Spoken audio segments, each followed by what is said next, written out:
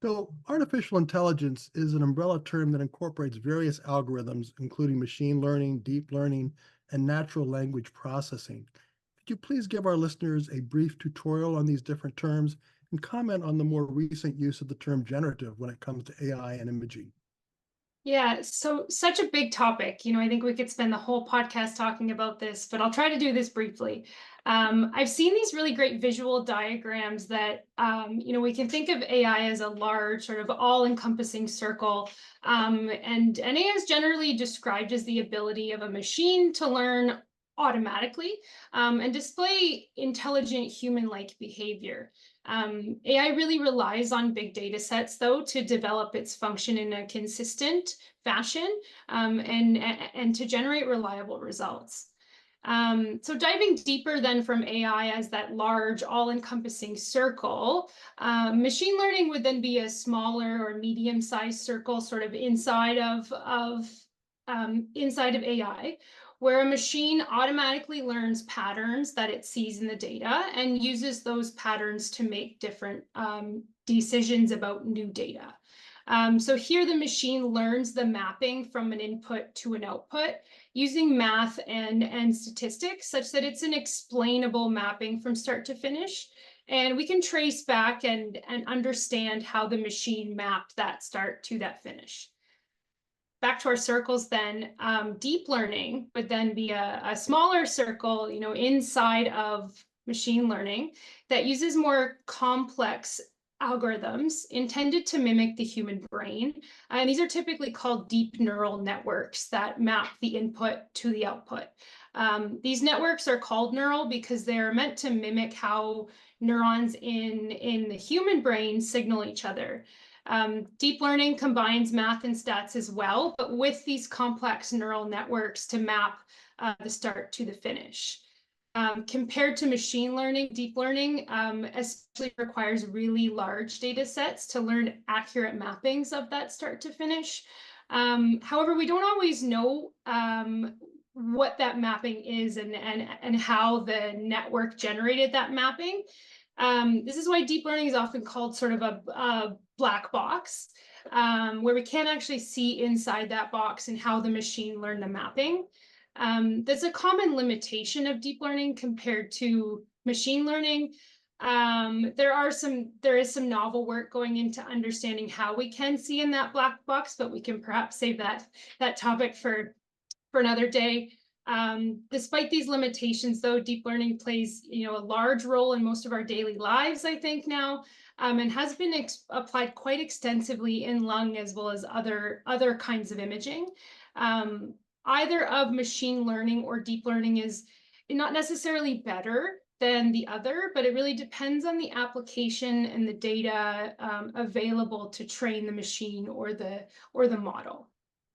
So diving deeper then into let's talk about some how we can use these models with medical imaging, and it's really a great example of where AI can play a really large and beneficial role. Most, if not all, data sets now are in a digital form, as you said in the introduction. These are often very large three-dimensional data sets, even for a single image from a single patient. So you can imagine how quickly those data sets grow when you have many, many patients. Both kinds of deep learning and machine learning have been applied to things like disease detection, classification, such as if you're identifying a nodule, is that nodule nodule cancerous or not, and to make different kinds of measurements or quantifications on an image, and even to actually predict patient outcomes. So some really classic examples in the context of lung imaging have been automated diagnoses of lung diseases like COPD or chronic obstructive pulmonary disease, or a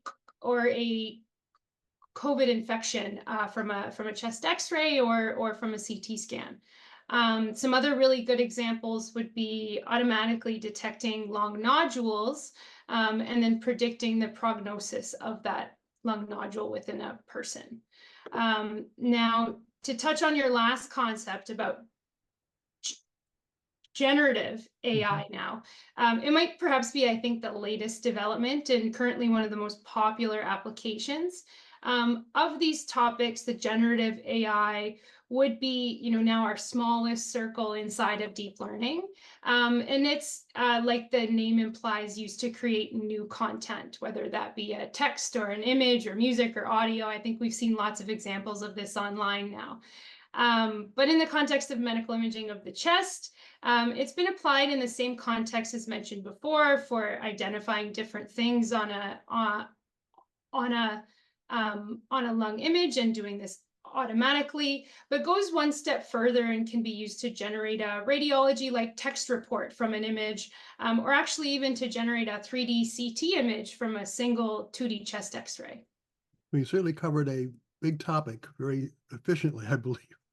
So let's go a little bit more deeply into some of the work you've specifically done. I believe much of your work in AI has been done to assess airway and mucus changes in the setting of asthma. So if we start with that, let us know what your work has taught us about this and how it translates into information that can be used in the patient with COPD or asthma, for example. So following up from the overview of AI that we just talked about, let me first start by saying that my work so far has used AI algorithms to derive measurements from CTs of the lungs, especially of the airways. And we've used those to tell us something about asthma and patients with asthma. So asthma has long been understood as a variable lung disease with symptoms that sort of come and go over time. And those symptoms that can be reversed with using inhaled therapies like a bronchodilator. So while symptoms may be variable, my work and others have shown that the airway abnormalities in the lungs of patients with asthma are very focal, meaning that they can be localized to a certain region of the lungs within an individual patient. So this pattern has been likened to sort of a fingerprint or a lung print that is unique to that person. We took this then and completed a small longitudinal study and showed that these focal airway abnormalities stay in the same regions over at least 6.5 years in these patients.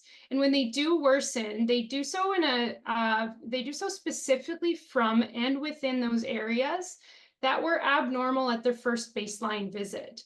And so this was really diving into the regional pattern, if you will, and starting to debunk a little bit that understanding of the variable nature on a spatial level, I guess you could say. So we then showed that we could use these airway-related measurements and predict future loss of the reversibility with a bronchodilator. So that classic component.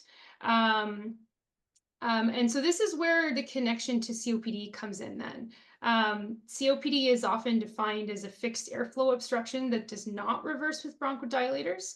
And so the CT measurements of the airways are highly abnormal in patients with asthma, in some cases similar to that of COPD, which is perhaps thought to be a more progressive lung disease. And we could use these imaging measurements of the airways to predict which patients with asthma would progress to a point that in a way their lung disease might be closer to that of COPD than it was at baseline.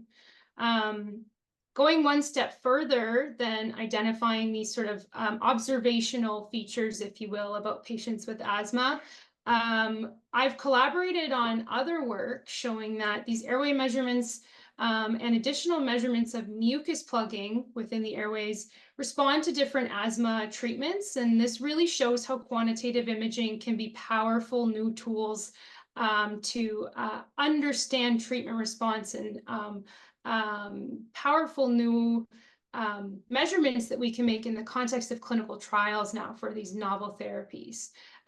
Similar things can be said about COPD too.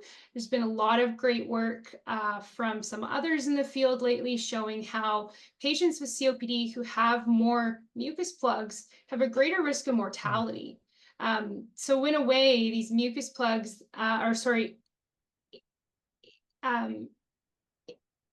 In this way, mucus plugs may be an important new treatment target towards improving outcomes for patients with COPD too.